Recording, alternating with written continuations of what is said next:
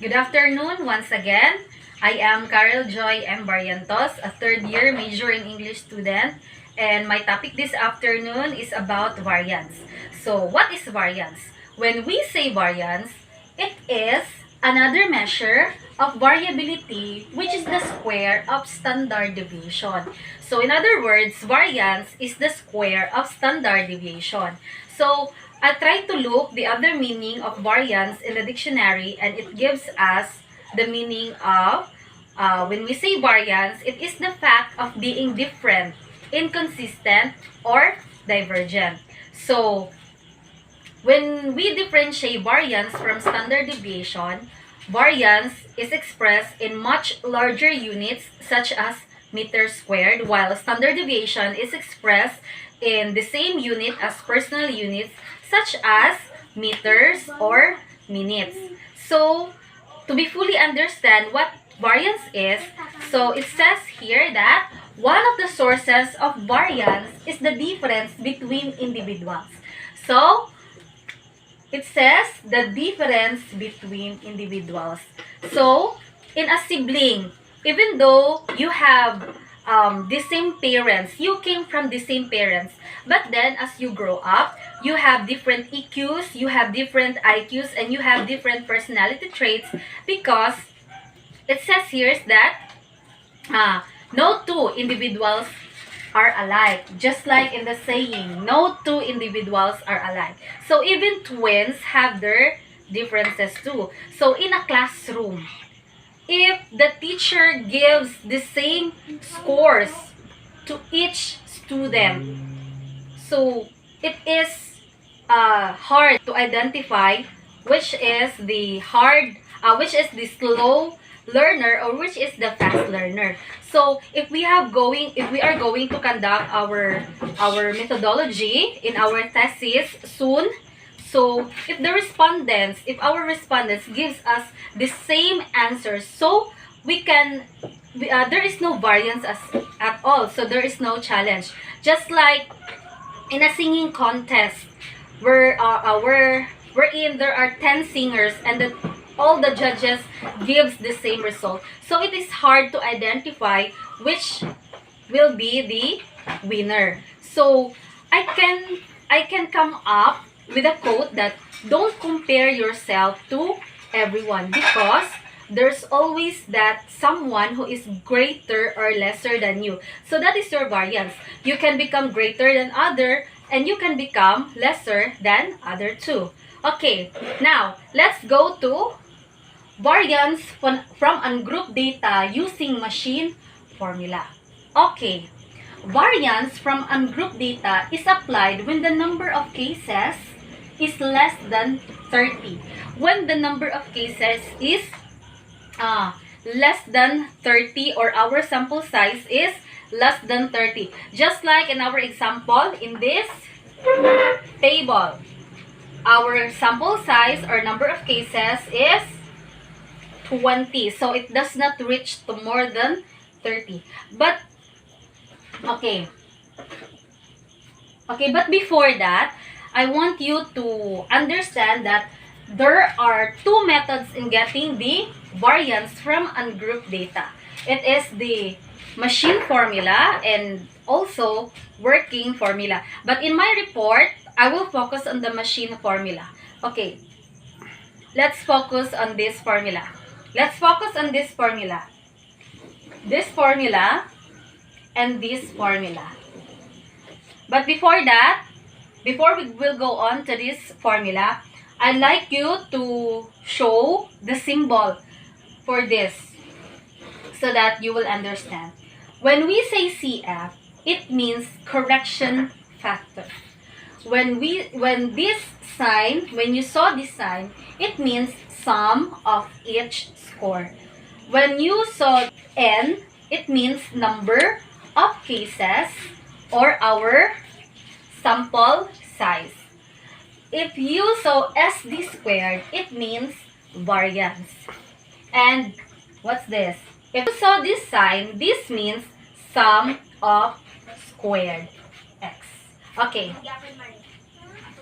When we obtain this formula and this formula.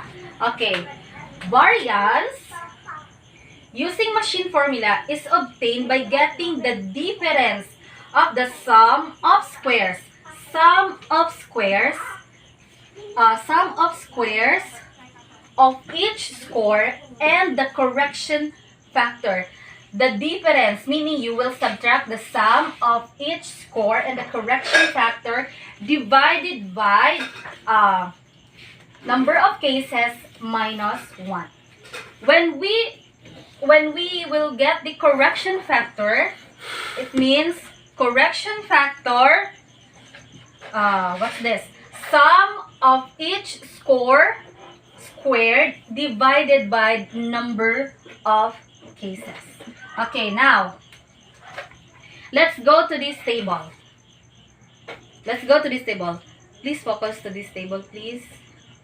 Okay, so suppose that this table is an 80-item test in English taken by 20 teacher education students. So that is why there are 20 numbers here, 1 to 20. So total of 20 students. Okay, they took a test in English, an 80-item test. Okay, so as I noticed, the table is the scores are arranged from highest to lowest. Okay, step 1. Multiply each score by itself to get x squared. So in our algebra, you remember that when you saw a squared sign, it means that you will multiply the number by itself. Okay, just like this. Student 1 got a perfect score of 80. So you will multiply 80 times 80 is equals to 6,400. Then student number 2 got 79. So 79 times 79 is equals to 6,241. Student 3 got a score of 78. So you will multiply 78 times 78. So the answer is 6,084. Just repeat the same step until you will reach the last number of cases or last sample size. You will repeat. And then, step 2, look for the sum of x to get sum of score. Okay. So you will add all their scores here. 80 plus 79 plus 78 plus 77 and so on. You will add this to get its sum. So the answer is 1,417. You will do also the same step. You add their scores here and you will add also the squared scores here. So the answer is 101,123. So this is now the step 3. Okay? Did you get that? Step 1 is you will multiply all their scores by itself and then you will add all their scores. You will add all the squared scores to get its sum. Okay. Now, step 4 and step 5. Let's go to this formula. Okay. Let's solve for the correction factor. Okay. Sum of each score squared divided by n. Okay. 1,417. Where did we get this? 1,417. We got this from here. Sum of each score. So you will multiply 1,417 by itself because it has squared. Divided by 20 because we have 20 students. And then 1,417 times 1,417 is equals to 2,007,889. You divide that by 20 because of the 20 sample size. So the correction factor is 100,394.45. So that is now our correction factor. Now, let's go to this formula, the variance. So we'll go now to the variance. Okay. Okay, so sum of each score squared. Okay. squared. So, 101,123.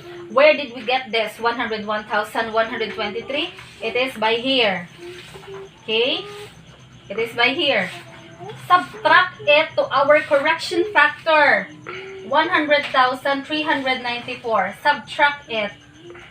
Divided by 20 minus 1. So, you will divide now this by 19.